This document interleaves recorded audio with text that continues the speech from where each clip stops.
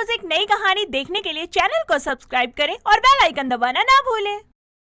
देवंती शरीर से अच्छी खासी मोटी तगड़ी थी, जिसके चलते उसके मोहल्ले वाले उसे पहलवान के नाम से बुलाते थे।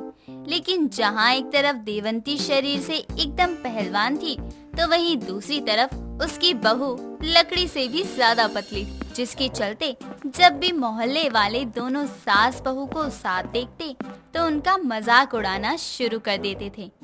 समय बीतता है, तभी एक रोज देवंती अपनी बहू के साथ मंदिर से लौट रही होती है, तो उसकी पड़ोसन दामिनी, जो कि पड़ोस की कुछ औरतों के साथ खड़ी बातें कर रही होती है, उसे रोकते हुए कहती है, कहाँ देवंती, सुबह सुबह दोनों सास बहू की सवारी कहाँ से आ रही है? इसीलिए कहती हूँ तुझे दामिनी कि जब भी घर से बाहर निकला कर तो अपना चश्मा लगा कर निकला कर, लेकिन तू है कि मेरी बात सुनती ही नहीं है। तभी तो तुझे मेरे हाथों में पूजा की थाली दिखाई ही नहीं दे रही, वरना तू मुझसे ये सवाल नहीं पूछती। तू ये कहना चाहती है कि मैं अंधी हूँ, मुझे बिना चश्मे के दिखाई नहीं देता? बहू, मुझे लगता है तेरी पहलवान सास की शरीर की चर्बी इसके दिमाग में चढ़ गई है, तभी इसे समझ में ही नहीं आ रहा कि कब क्या बोलना चाहिए और क्या नहीं। वैसे ये बात तो तुझे समझानी चाहिए, क्योंकि मैंने तुझे अंधी नहीं बोला, बल्कि ये बोला कि तुझे कम दिखाई देता है बिना चश्मे के, क्योंकि अगर तू अंधी होती तो तुझे बिल्कुल भी दिखाई नहीं देता। माँ जी, अब चुप भी हो जाइए। सुबह सुबह क्यों लड़ाई कर रही हैं? उन्होंने आपसे पूछा ही क्या था जो आपने उन्हें इतना उल्टा जवाब दे दिया? तुझसे ज्यादा समझदार तो तेरी बहू है, जो सारी बातें कितनी अच्छे से समझ जाती है, बस अपनी पहलवान सास की तरह पहलवान नहीं है। दामिनी की बात सुनकर वहाँ खड़ी और औरतें उसके ऊपर हंसने लगती हैं, जिनको हंसता हुआ देखकर देवंती को बहुत गुस्सा आता है और वो गुस्से में अपनी बहू का हाथ पकड़कर उसे घर लेकर जाती है और उस पर चिल्लाते हुए कहती है, बहू, आज तो तूने बाहर वालों के सामने मेरी बात काट कर मेरी बेइज्जती की है, ये आगे नहीं होना चाहिए, वरना मुझसे बुरा कोई नहीं होगा।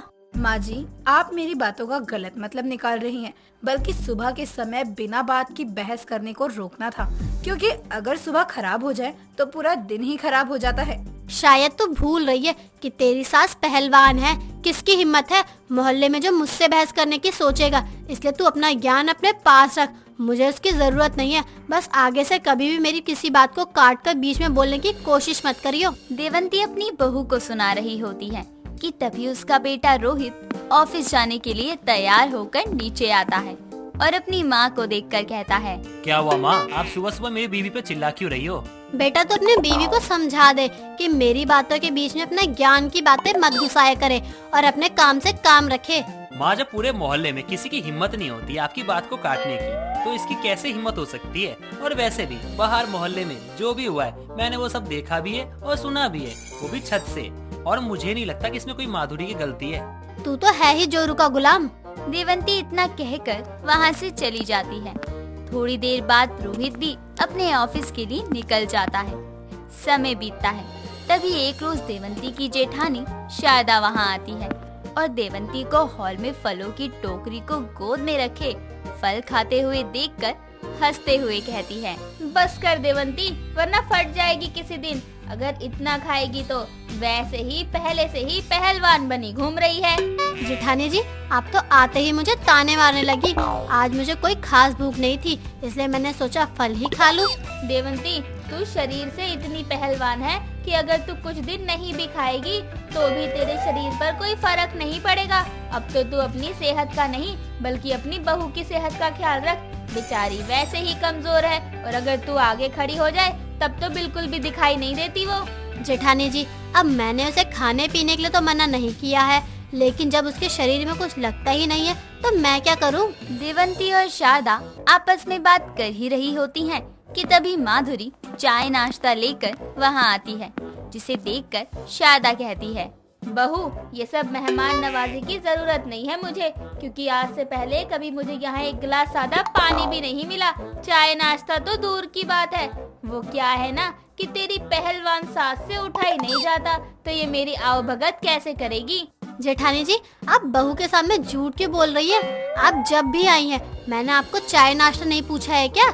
लेकिन जब आप मना ही कर देती थी तो अगर ऐसी बात है तो बताया तो मैंने बहू को भी नहीं था, फिर भी वो ले आई ना। तो जिसको लाना होता है वो पूछता नहीं है, ले आता है। लेकिन इसमें तेरी गलती नहीं है।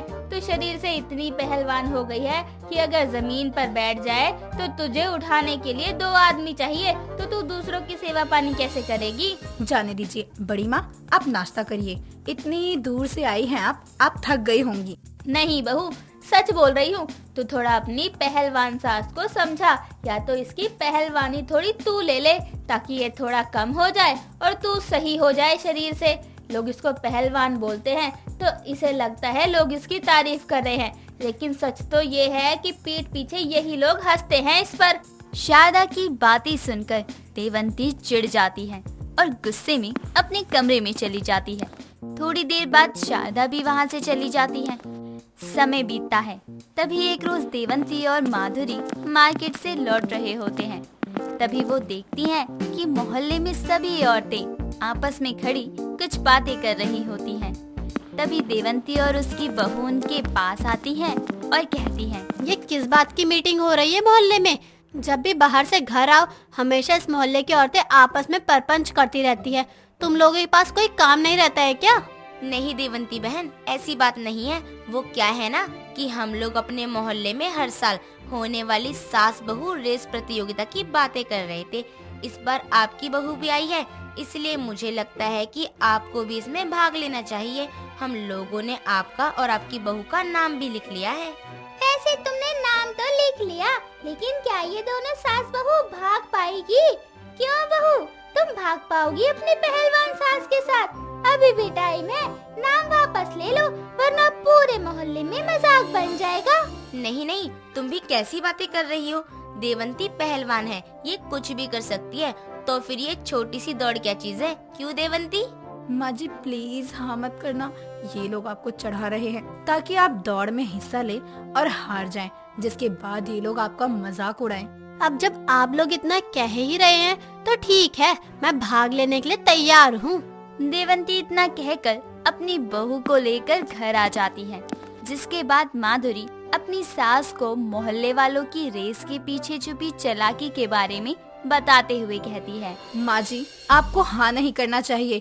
ये लोग तो यही चाहते हैं कि आप रेस में भाग ले और हार जाए, क्योंकि वो जानते हैं आप इतने भारी शरीर को लेकर नहीं भाग पाएंगी, जिससे आपकी पूरे मोहल्ले में बेइज्जती हो जाएगी और वो लोग आपका मजाक बनाएंगे। बड़ी माँ ठीक कहती है, वो लोग आपको पहलवान बोलकर आपकी तारीफ नहीं करते, बल्कि आपका मजाक बनाते हैं। ये तू मुझे पहले नहीं बता सकती थी? अब जो होना था हो गया, अब मैं पीछे नहीं हट सकती हूँ, इसलिए मुझे अपना वजन कम करना ही पड़ेगा। हाँ माँ जी, और मैं अपना थोड़ा वजन बढ़ाने की कोशिश करूँगी ताकि रेस में जल्दी ना थकूं और आपका पूरा साथ दे सकूं। समय के साथ देवंती और माधुरी काफी हद तक अपनी सेहत में सुधार कर लेती हैं। जिसके बाद रेस वाले दिन जैसे ही वो सबके सामने पहुंचती हैं, सभी उनको हारा हुआ सोचकर मन ही मन हंस रहे होते हैं। थोड़ी देर बाद रेस शुरू हो जाती है और सबके देखते ही देखते देवंती और माधुरी सास बहू की दौड़ में सबसे आगे निकल जाती हैं और जीत जाती हैं, जिसे देखकर मोहल्ले की औरतें दंग रह जाती हैं। तभी देवंती उनके पास जाकर कहती है, कोशिश करने वालों की कभी हार नहीं होती। इस तरह माधुरी की पहलवान सास एक बार फिर पूरे मोहल्ले में फेमस हो जाती है। ये सब देखकर देवंती को बहुत खुशी होती है। साथ ही उसे अपनी बहू के साथ किए गए गलत बर्ताव का पछतावा भी होता है। जिसके बाद वो अपनी बहू से माफी मांगती है और उसे गले लगाकर दिल से अपना लेती है। दोस्तों, अगर आपको ये कहानी पसंद आई तो इसे लाइक करें, शेयर करें और कमेंट करके बताएं कि कहानी में आपको सबसे अच्छा क्या लगा।